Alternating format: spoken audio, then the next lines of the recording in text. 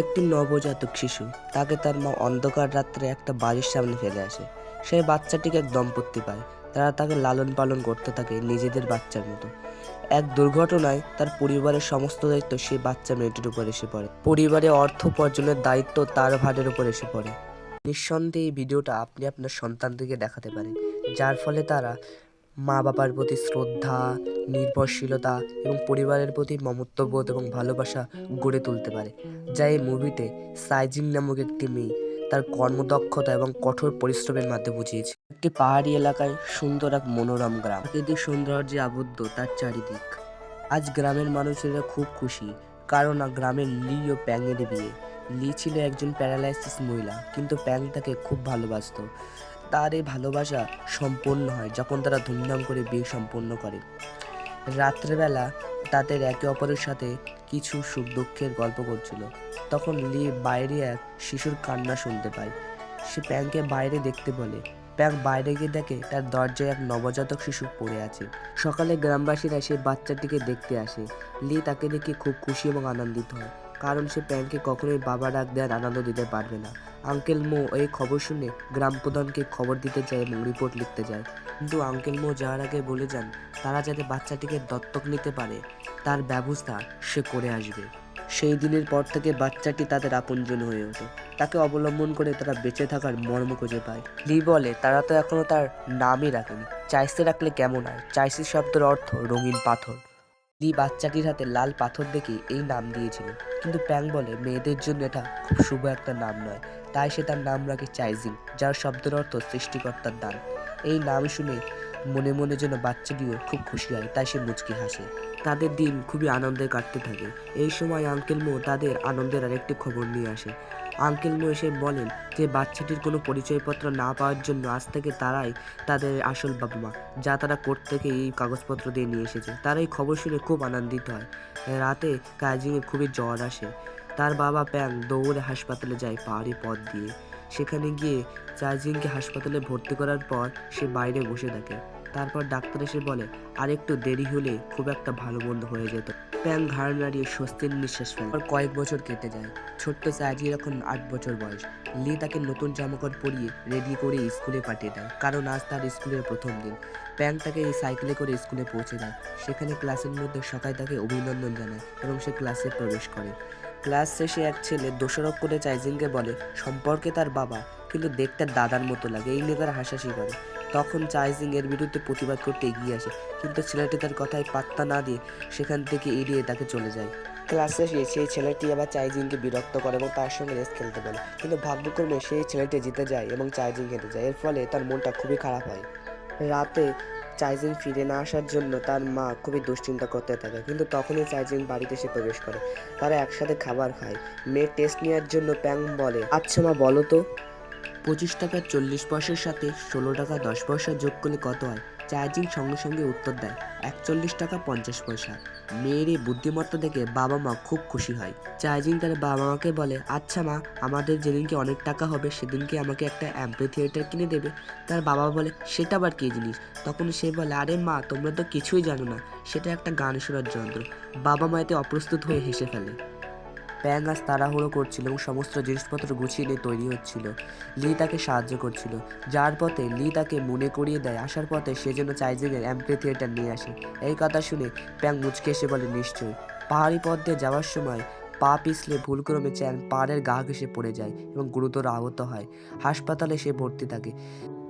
Doctor uncle মুখে বলে প্যাং আর কোনোদিন হাঁটতে পারবে না এবং তার পিঠের হাড়ে ভেঙে গিয়েছে, তার খুবই খেয়াল রাখতে হবে। তার মনে পড়ে লি নিজেই তো প্যারালাইসিস, তাছাড়া চাইজিং নিজে এখন ছোট। এই কথা বেশি দুশ্চিন্তা করে। এদিকে চাইজিং খুব কান্না করছিল। প্যাং তাকে কাছে ডেকে বলে আচ্ছা মা, তোমার জন্য অ্যাম্পি থিয়েটার নিয়ে আনতে পারলাম না। চাইজিং স্বাভাবিকভাবে উত্তর দেয় না বাবা, আমার লাগবে না অ্যাম্পি থিয়েটার, তুমি সুস্থ হলেই হবে। বাড়ি ফিরে এসে চাইজিং, প্যাং এবং লি একসাথে ঘুমায়। চাইজিং ঘুমানোর পর তার বাবা মা তার ভবিষ্যৎ সম্পর্কে দুশ্চিন্তা করতে থাকে। পরদিন চাইজিং তাড়াতাড়ি উঠে তার বাবার জন্য ওষুধ তৈরি করে কাপড় কেচে এবং ঔষধি পাতা সংগ্রহ করতে একটি পাহাড়ের উপরে যায় এবং সেই ব্যাগটিকে আবার একটি জায়গায় রেখে দৌড়ে স্কুলে পৌঁছে যায়। স্কুলে যেতে গিয়ে দেখে সেখানে পুরনো ম্যামের জায়গায় নতুন ম্যাম এসেছে এবং তার আসতে 10 মিনিট লেট হয়েছে। সেই ম্যাম তাকে ওয়ার্নিং দিয়ে ক্লাসে প্রবেশ করতে দেয়। ক্লাস শেষে তার বান্ধবী তাকে জিজ্ঞাসা করে যে তোমার তো কোনোদিন আসতে দেরি হয় না, তাছাড়া আজ মনটা তোমার খারাপ লাগছে, বাড়িতে কি কোনো সমস্যা হয়েছে? চাইজিং প্রথমে বলতে না চাইলে পরে সব কথা খুলে বলে, তার পরিবারের উপর নেমে আসা দুর্ঘটনা এবং প্যানের কথা বলে।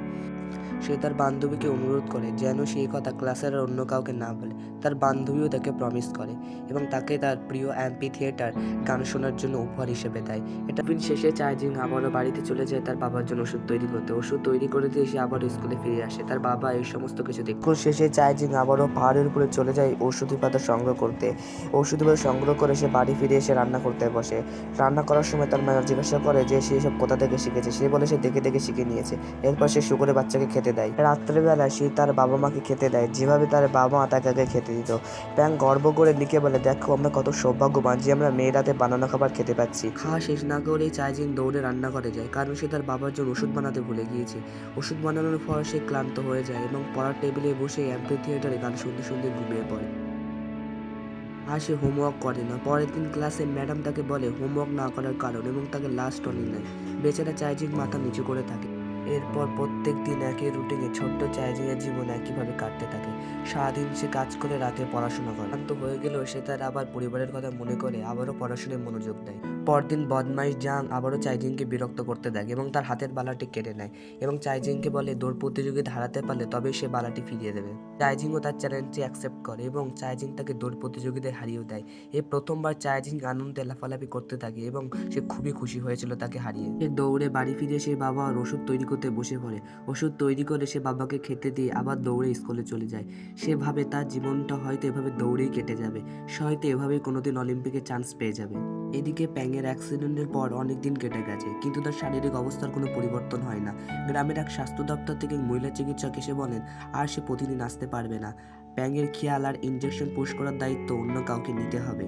লি প্যাংকে ইনজেকশন দিচ্ছিল, ঠিক তখনই চাইজিং কাঠ বোঝাই নিয়ে ঘরে প্রবেশ করে এবং সে বাবাকে ইনজেকশন দিতে কেঁদে ফেলে। বলে যে বাবার হয়তো অনেক ব্যথা লাগছে, তাই সে মাকে বারণ করে। কিন্তু লিং বলে না, বাবা এতেই সুস্থ হয়ে যাবে, এতে কান্নার কিছু নেই এবং তাকে অনেক বোঝায়। প্যাংও তাকে বলে না মা, আমার কিছু হবে না। রাত্রেবেলায় চাইজিং সমস্ত ইনজেকশন নিয়ে আনে এবং নিজের হাতে পুশ করে। সে এতে অনেক ব্যথা পায় এবং কান্না করতে থাকে। প্যাং এই কান্না শুনে দ্রুত সেখানে দৌড়ে যায় এবং দেখে কি হয়েছে। সে চাইজিংয়ের হাতে দেখে অনেকটা ইনজেকশনের দাগ। সেই ভেবে অনেকটা কেঁদে ফেলে যে তার মেয়ে না তাকে কত নাই ভালোবাসে, তার জন্য এত ব্যথা সহ্য করছে। তারপর সে তার মেয়েকে অনেক বোঝায় এই সমস্ত করার না যাওয়ার জন্য। বোঝায় ইনজেকশন খুব ছোট একটা জিনিস, যেমনটা ঠিক পিঁপড়ে কামড়ালে হয়। পরদিন চাইজিং দক্ষ নার্সের মতো তার বাবার হাতে ইনজেকশন পুশ করে। গ্রামবাসীরা বলে এমন মেয়ে পাওয়া তো ভাগ্যের ব্যাপার। চাইজিং হয়তো বড় হয়ে কোনো নার্স হবে, কিন্তু স্বপ্ন দেখা তো সহজ, তা বাস্তবে খুবই কঠিন। পরদিন ম্যাম চাইজিংকে ডেকে বলে শিক্ষা সফরের জন্য স্কুলে সবাই টাকা দিয়েছে, শুধুমাত্র চাইজিং এখনো বাদে।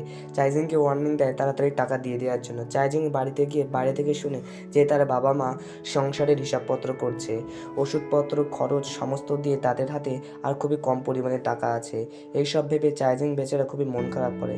তখন তার মা ড্রয়ার থেকে একটি বালা বের করে তার বাবাকে বলে যে এটা বিক্রি করে দিলেই তো হয়। প্যাং বলে মাথা খারাপ হয়েছে তোমার, এই স্মৃতিটা তোমার মায়ের শেষ স্মৃতি, এটাকে রেখে দাও, কখনো এটা বিক্রি করা হবে না। এইসব শুনে বেচারা চাইজিং খুব মনে মনে দুঃখ পায়। রাত্রিবেলায় চাইজিং শুয়ে শুয়ে ভাবে তার পরিবারের জন্য তাকে কিছু একটা করতে হবে। পরদিন সকাল ব্যাংক তাকে শিক্ষা সফরের জন্য টাকা দেয়। প্রথমে চাইজিং নিতে না চলে পরে নিয়ে চলে যায়। সে আবার সেই পাহাড়ের উপরে চলে যায়, সে ওষুধ পাতা শিকড় বাকড় সংগ্রহ করে নেয় এবং একটি জায়গায় রেখে দিয়ে বাড়ি ফিরে আসে। চাইজিং বাড়িতে ফিরে এসে বলে সে স্কুলে যাবে। এদিকে স্কুলের ঘটনা দেখানো হয়। পুরনো ম্যাম আবারও ফিরে এসেছে। ক্লাসের সবাই তাকে অভিনন্দন জানায়, শুধুমাত্র চাইজিং বাদে। চাইজিং তো স্কুলে যায়নি, সে বাজারে শিকড় বাকড় বিক্রি করতে বসেছে এবং একটি লোক তাকে জিজ্ঞাসা করছে যে কিছুক্ষণের জন্য তার এই মুরগির দোকানের খেয়াল রাখতে বলে সে চলে যায়। চাইজিং তখন সে মুরগির দোকানের পাশে বসে যায়। একজন মহিলা আসে খুব তাড়াতাড়ি এবং এসে একটি মুরগি চায়। চাইজিং তাড়াতাড়ি তাকে মুরগিটা দেয় এবং পয়সা নেয়। সে ঘুম থেকে দেখে মহিলাটি তাকে বেশি টাকা দিয়ে ফেলেছে। দৌড়ে গিয়ে বলে ম্যাম, আপনি তো আমাকে 10 টাকা বেশি দিয়েছে। মহিলাটি চাইজিংয়ের সততা দেখে খুবই মুগ্ধ হন। হবারই তো কথা, বেচারা চাইজিং দারিদ্র থাকা সত্ত্বেও সে তার সততার উপর থেকে এক পাও পিছু পা হয়নি। দোকানদার ফিরে এলে চাইজিং তাকে সেই মুরগি কেনার টাকা দেয়। সেই দোকানদার খুশি হয়ে তাকে দুপুরবেলার খাবার খেতে দেয়। রাত্রেবেলায় চাইজিং তার শিকড় বাকড় বিক্রি করা সেই টাকাগুলো হিসাব করে এবং মনে মনে খুব আনন্দিত হয় যে পরিবারের জন্য সে কিছু করতে পারে। পরদিন সেই পুরনো ম্যাম চাইজিং এর বান্ধবীকে জিজ্ঞাসা করে যে চাইজিং কেন স্কুলে আসছে না। প্রথমে সে বলতে না চাইলেও ম্যাম বলে, ঠিক আছে, তুমি না বলতে চাইলে তুমি আমাকে চাইজিং এর বাড়িতে নিয়ে যাও, আমি নিজে গিয়ে দেখে আসবো। আর ছুটি শেষে সেই ম্যাম এবং বান্ধবী চাইজিং এর বাড়িতে যায়। চাইজিং বাড়ি ছিল না। তারা তার বাবার সাথে কথা বলে যে চাইজিং এখনো পর্যন্ত একদিন স্কুল যায়নি। মা বাবা এটা শুনে খুবই অবাক হয়। তখন চাইজিং ঘরের মধ্যে প্রবেশ করে। চাইজিং বাবা এবং ম্যামকে একসাথে দেখে অবাক হয়ে যায়। তার মা জিজ্ঞাসা করে সে কেন স্কুলে যায়নি। বেচারা চাইজিং মাথা নিচু করে থাকে। তখন তার বাবাও একই কথা জিজ্ঞাসা করে। ম্যাম তাকে যখন জিজ্ঞাসা করে সে বলে শিক্ষা সফরের টাকা দিতে না পারায় সে যায়নি। বাবা বলে সে তো শিক্ষা সফরের টাকা দিয়েছে। এরপর চাইজিং কিছু টাকা বের করে বলে, ম্যাম এই টাকা কি শিক্ষা সফরের জন্য যথেষ্ট? ম্যাম তাকে জড়িয়ে ধরে বলে, মা টাকা শিক্ষা সফরের জন্য অনেক, তুমি কাল থেকে রোজ স্কুলে যেও। পরদিন ক্লাসে ম্যাম সবাইকে একটি রচনা লিখতে দেয় নিজের টপিকের উপর। চাইজিং শুধুমাত্র তার খাতায় একটি নামে লেখে, প্রিয় বাবা মা। সবাই চাইজিংকে নিয়ে হাসাহাসি করতে শুরু করে। তখন চাইজিং এর বান্ধবী সহ্য করতে না পেরে বলে, তোমরা হাসছো? চাইজিং একমাত্র মেয়ে যে তার পরিবারের জন্য কঠোর লড়াই করে। সে রোজ সকালে উঠে কাপড় কাচে, তার বাবাকে ওষুধ খেতে দেয়, আবার দোকানে গিয়ে জিনিসপত্র বিক্রি করে। তার মতো এত কঠোর এবং পরিশ্রমী মেয়ে আমাদের ক্লাসে কি আর আছে? আর তোমরা তাকে নিয়ে একদম আর কখন হাসাহাসি এবং মজা করবে না। সবাই তখন চাইজিং এর পাশে আসতে থাকে। একটি মেয়ে প্রথমে ওঠে, তারপর আরেকজন। এইভাবে পুরো ক্লাস উঠে চাইজিংকে সাহায্য করতে থাকে তার কাজের ভাগাভাগি করে নেওয়ার জন্য। পরের দিন সবাই চাইজিং এর বাড়িতে যায় কাজে সাহায্য করার জন্য। পরদিন স্কুলের পুরনো ম্যাম চাইজিং এর বাবাকে একটি উইস্টিক উপহার দেন এবং বাচ্চাটা কাজ করবে শুনে তার বাবা মা বিব্রত হয়ে পড়েন। কিন্তু বাচ্চারা চারিদিক থেকে কাজে লেগে পড়ে। কেউ কাপড় কাচে, কেউ জামা কাপড় নেড়ে দেয়, কেউ ঝাড় দেয়, কেউ অথবা শুকুরের বাচ্চাগুলিকে খেতে, এমনকি বদমাইশ জাং চাইজিংকে ডিটারজেন্ট পাউডার দেয়। পৃথিবীর বুকে ভালোবাসার এক দৃঢ় বন্ধন যেন চারিদিক থেকে স্থাপিত করে দেয় এই ছোট্ট ছোট্ট বাচ্চা। সেই সমস্ত বাচ্চারা বাড়ি চলে। ম্যাডাম বাড়ি গিয়ে তার বাচ্চার সাথে গল্প করছিল এবং তার স্বামীকে খেয়াল রাখতে বলে। সে চাইজিংকে নিয়ে একটা আর্টিকেল লিখতে পায়। চাইজিং এর মতো যদি তার বাচ্চা 10% হয় তাহলে সে খুব খুশি হবে। পরদিন প্যাংয়ের রিপোর্ট আসে। প্যাংয়ের রিপোর্টে আসে তার মেরুদণ্ডের হাড়গুলি পুরোভাবে বেঁকে গিয়েছে, তার স্নায়ু পুরোভাবে ভেঙে গিয়েছে, সে আর কখনোই হাঁটতে পারবে না। কিন্তু চাইজিং হাল ছাড়ে না। সেই দুটি কাপড়ে চিলা দিয়ে তার বাবাকে এক্সারসাইজ করানোর চেষ্টা করে। এর ফলে তার বাবা কিছুটা উপরে উঠে আসে। এইভাবে প্রতিদিন সে তার বাবাকে এক্সারসাইজ করতে থাকে যাতে তার বাবা তাড়াতাড়ি সুস্থ হয়ে ওঠে। এদিকে এক মহিলা তার ছেলে জ্যাংয়ের ডয়ারে এক ধরনের লাল বালা খুঁজে পায়। সে সঙ্গে সঙ্গে সেই প্যাংদের বাড়িতে চলে যায় এবং সেখানে গিয়ে সে মনে করে তার 10 বছর আগে ফিরে আসে তার সেই ছোট্ট মেয়ের কথা। সে সেখানে গিয়ে কাঁদতে থাকে। লি এবং প্যাং এই কথা শুনে খুব অবাক হয়ে যায় এবং সেই মহিলারা তাকে একটি জামা দেখায়। এই জামা দেখে প্যাং তো কষ্টে কেঁদে ফেলে। সে ভাবতে থাকে তাদের হয়তো আজ সব থেকে বড় দুঃখের দিন, যে চাইজিং হয়তো তাদের কাছ থেকে চলে যাবে। সেই মহিলা সেখান থেকে চলে যায় এর কিছুক্ষণ পর। এদিকে চাইজিং পাহাড়ি পথ দিয়ে হাসতে হাসতে সেখানে হাত দিয়ে জল দিয়ে বসে ভাবছিল। হঠাৎ সে ঘুমিয়ে পড়ে এবং সে মনে মনে ভাবে তার পরিবারের কথা, লিলির কথা, প্যাংয়ের কথা, যারা সেখানে এসেছে এবং তাকে নিয়ে এক হাসি খুশি পরিবেশে আসল বাবার মতো তাকে আদর করছে। হঠাৎ তার ঘুম ভেঙে যায় এবং সে কাঠ নিয়ে সে আবার বাড়িতে চলে আসে। লি এবং প্যাং সে মহিলার কথাই ভাবছিল যে চাইজিং এর এবার কী হবে। চাইজিং যদি তাদের কাছ থেকে চলে যায় তাদের হয়তো সমস্ত সম্বলই চলে যাবে, কারণ চাইজিংকে তারা খুব ভালোবাসে। ঠিক তখনই চাইজিং সেখানে প্রবেশ করে। দেখে তার বাবা মা এখনো খায়নি। চাইজিং খেতে শুরু করে এবং তার বাবা মাও খেতে শুরু করে, কিন্তু লি একদিকে ফিরে খুবই কান্না করছিল। রাতে চাইজিং ঘুমানোর পর তার বাবা মা চাইজিংয়ের সমস্ত জিনিস বার করছিল এবং সমস্ত জিনিস গুছিয়ে রাখছিল। লি তো খুবই কান্না করছিল। পরদিন চাইজিং তার মায়ের দেওয়া সেই ঠিকানা নিয়ে চারিদিক থেকে খোঁজ করছিল। সেই ঠিকানা নিয়ে পৌঁছে দেখে এটা তার বদমাইশ বন্ধু জ্যাংয়ের বাড়ি। জ্যাং সেখানে এসে চিঠিটা এবং ব্যাগটা দেখে তার মাকে ডাকে। তার মা চাইজিংয়ের হাত থেকে চিঠিটা পায় এবং চিঠিটা দেখে খুবই অবাক হয় এবং সঙ্গে সঙ্গে চাইজিং এবং জ্যাংকে তার বাড়িতে নিয়ে যায়। সে চাইজিংয়ের সাথে কিছুক্ষণ কথা বলছিল এবং চাইজিংকে বলে সেই হচ্ছে তার আসল মা। সে চাইজিংকে এই কথা বলা মাত্র চাইজিং দৌড়ে আবার বাড়ি চলে যায় এবং বাড়ি গিয়ে তার বাবা মাকে জিজ্ঞাসা করতে যায়, কিন্তু দেখে বাড়ি তালাবদ্ধ। চাইজিং চারিদিকে সবার কাছে জিজ্ঞাসা করে যে তার বাবা মা কোথায় গিয়েছে। কেউ কোনো উত্তর দিতে পারছিল না। চাইজিং খুবই কান্না করছিল। তখন আঙ্কেল মো বলে যে তার বাবা মা এক পাহাড়ের উপরে এক ছোট্ট টিলার উপরে আছে, সেখানে গেলে তার একমাত্র খোঁজ পাওয়া যাবে। তখন চাইজিং আর কিছু না ভেবে তার সমস্ত বন্ধুদেরকে নিয়ে সেই পাহাড়ের ওপরে চলে যায়। সেখানে মশাল জ্বালানো হচ্ছিল। সেখানে চাইজিংকে দেখে তার বাবা মা রয়েছে এবং চাইজিং খুব কান্না করতে থাকে, বলে তোমরাই তো আমার আসল মা, যে আমাকে ফেলে দিয়েছিল সে আমার প্রকৃত মা হলেও যারা আমাকে ভালোবেসে প্রকৃত স্নেহে বড় করে তুলেছে তাদেরকে আমি কখনো ছেড়ে যেতে পারি। এই বলে সে চার্লি এবং প্যাংকে জড়িয়ে ধরে এবং খুব কান্না করতে থাকে। পরদিন গ্রামের লোকেরা একটি স্বাস্থ্যকেন্দ্র খোলে চাইজিংদের পরিবারদের সাহায্য করার জন্য। তারা যথাযথ সমস্ত কিছু দান করছিল। সেই ম্যাম একজন ব্যক্তিকে নিয়ে আসে। তিনি ছিলেন এই গ্রামের সন্তান, কিন্তু একজন ধনী ব্যক্তি। তিনি এখন ইন্দোনেশিয়ায় থাকেন। তিনি চাইজিংয়ের সমস্ত পড়াশোনার খরচ এবং দায়িত্বভার গ্রহণ করে এবং তিনি আর্টিকেল পড়ে এখানে এসেছিল বাচ্চাদেরকে উৎসাহিত করে। এই মিষ্টি মুহূর্তের মাধ্যমে মুভিটা এখানেই শেষ হয়ে যায়। তো বন্ধুরা, আজকের এই ভিডিওটি তোমাদের কেমন লাগলো? ভিডিওটি যদি ভালো লেগে থাকে তবে কমেন্ট করে আমাকে জানাতে পারো, যাতে পরবর্তীকালে আমরা এরকম ভিডিও আরও দিতে পারি। আর পারলে আমার চ্যানেলটাকে সাবস্ক্রাইব করে আমার পাশে দেখো, যাতে এরকম ভিডিও দিয়ে আমি তোমাদেরকে মনোরঞ্জন করতে পারি। তো দেখা হচ্ছে নতুন ভিডিওতে এবং ফিরে আসছে আরও একটি নতুন এবং ইন্টারেস্টিং ভিডিও নিয়ে। তো দেখা হচ্ছে, বাই, রাধে রাধে।